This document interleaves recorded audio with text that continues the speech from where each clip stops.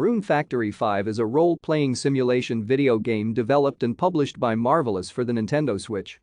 It was the first entry in the Rune Factory series since 2012's Rune Factory 4 and was released in Japan in May 2021 and worldwide by Xseed Games in March 2022.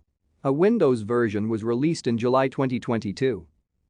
A hero loses their memory and ends up joining Xseed, a group of rangers operating in the small town of Rigbirth. The hero is encouraged to tend the land and complete tasks for the townspeople, as well as battle monsters, in order to maintain the peace. Players control a male or female hero with the default names of either Ares or Alice, respectively. As with previous games in the series, gameplay features the ability to farm and tame monsters.